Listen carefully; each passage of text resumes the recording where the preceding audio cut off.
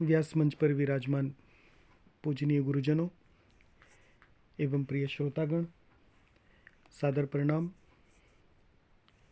Shri Ram ji one की ओर जा रहे हैं और राजा दशरथ से आज्ञा लेने आए हैं। और राजा दशरथ जब लक्ष्मण जी को और सीता जी को साथ में देखते हैं तो बड़े व्याकुल हो जाते हैं। वो सीता जी को रोकने का प्रयत्न करते हैं, लेकिन उनका रुख श्री राम जी की साथ जाने में ही है। आज की चौपाइयाँ देखिए और उनका अर्थ भी समझिए। राय राम राखन हित लागी, बहुत उपाय किए छलु त्यागी। लखी राम रुख रहत न जाने, धर्म धुरंधर धीर सयाने। तब नृप सिय लाई उरलीनी, अति हित बहुत भांति सिख दीनी। कही बन के दुख दुसह सुनाए, सासु ससुर पितु सुख समुझाए।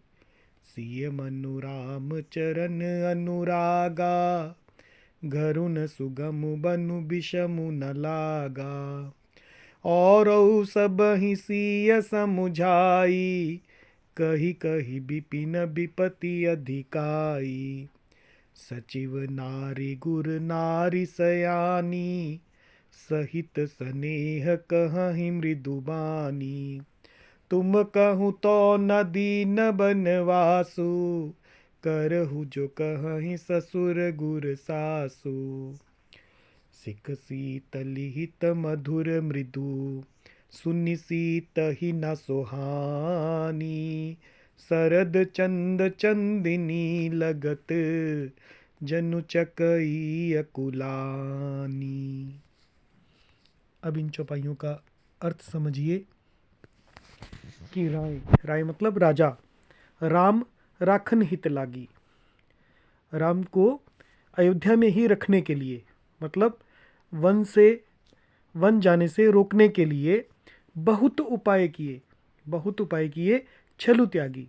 उन्होंने छल को छोड़कर बहुत से उपाय किए कि राम रुक जाएं। लखी राम रुख, लखी यानी देखना। जब उन्होंने देखा कि राम का रुख रहत न जाने, वो रहेंगे नहीं, वो जाएंगे।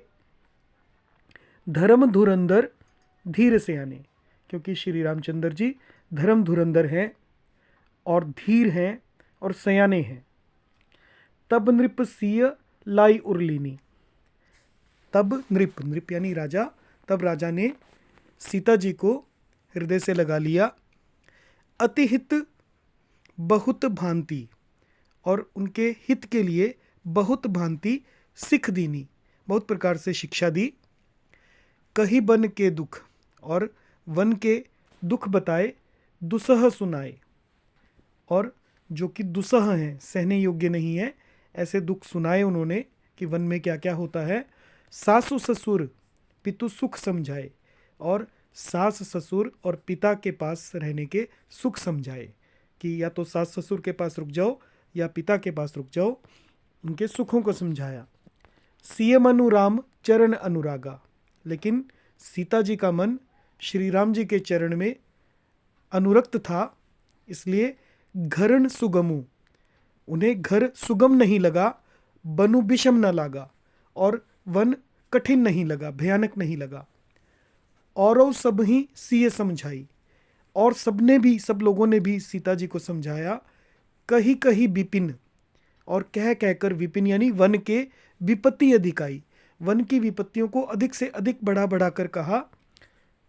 लेकिन सचिव नारी गुरु नारी सयानी, सचिव नारी यानी सुमंत्र जी की पत्नी ने, गुरु नारी गुरु जी की पत्नी ने, गुरु वशिष्ठ जी की पत्नी ने, और सयानी स्त्रियों ने सहित सने कहीं मृदुबानी, स्नेह के साथ और कोमल वाणी में कहा कि तुम कहूँ तो ना दीन बनवासु, तुम्हें तो राजा ने वनवास नहीं दिया है।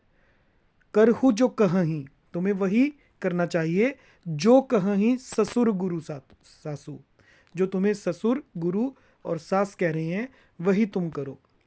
तो सिख शीतली, जो शिक्षा दी वो शीतल है, हितकारी है, मधुर है, मृदु यानी कोमल है, सुनी सीता ही न सुहानी, उसे सुना लेकिन सीता जी को सुहावनी नहीं लगी, शिक्षा अच्छी नहीं लगी।